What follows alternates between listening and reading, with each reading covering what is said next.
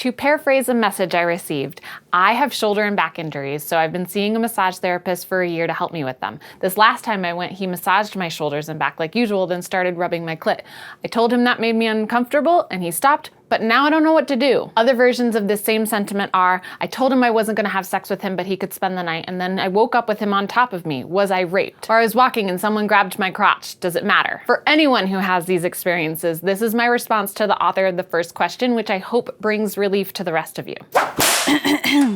Based on what you described, you were without question sexually assaulted. As a victim, this might throw you into shock. Take a nap, then come back here so we can talk. Being violated in any way can cause a person to feel really unsafe, in addition to any number of these things. How overwhelming! First, know there's a helpline to access 24 hours a day. Here's a number for them. Here's the website. If you're outside of the US, hotpeachpages.net will help identify the resources in your area. When I was abused, I called a helpline. The person who answered checked to see that I wasn't in immediate danger and then told me that she was going to watch the clock for 1 minute, during which I could cry.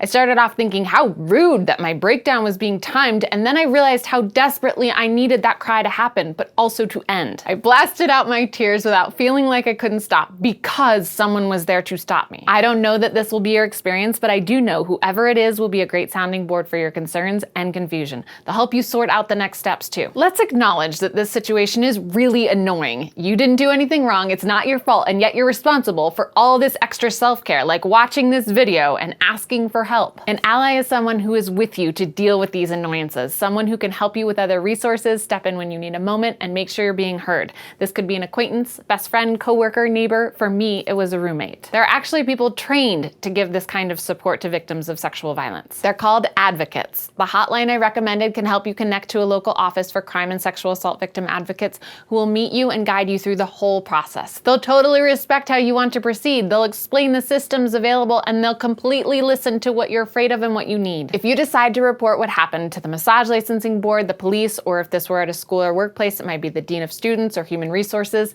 an advocate can make doing so significantly less difficult. I've sought out advocates for ideas. They help me sort out whether or not to get a restraining order and how to do it. Ultimately, official records of what happened are organized by the authorities. What you share is kept on file, so if you or anyone else harmed by this person want to press charges, the data is there. Some victims find reporting is super challenging because they're having to recount the trauma. It can also be really messy because essentially you're undergoing a legal procedure. Note 1, if you think reporting makes a big mess, that's society getting up in your brain and fooling you. Reporting doesn't make the mess, assaulting you made the mess. Note 2, bring along an ally or an advocate for this very reason. They can help you ask questions, get you some water, and help you sort through your options. I found it helpful to check in at the police station and show them the teeth marks on my nose, tell them the story in a quiet, safe space. They didn't look at the bites and go, arrest someone. They took photos and asked me what I wanted to do, how I wanted to proceed. And I realize it's not like this for everyone, so you make the calls, just don't forget your people. Once the adrenaline of doing new, scary things like crying to a hotline operator or meeting with detectives wears off, you'll need to be wrapped up by your people. If you're introverted, maybe that's a super shy friend or relative who you know won't take a lot of energy but will trust you and be there. If you're an extrovert, maybe it's a room full of friends who come over for nachos and video games. All of this mostly so you can participate in being you and not being your assault. These are suggestions, not rules.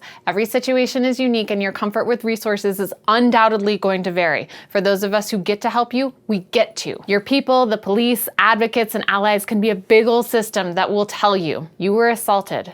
What happened to you is not okay. You're going to be okay.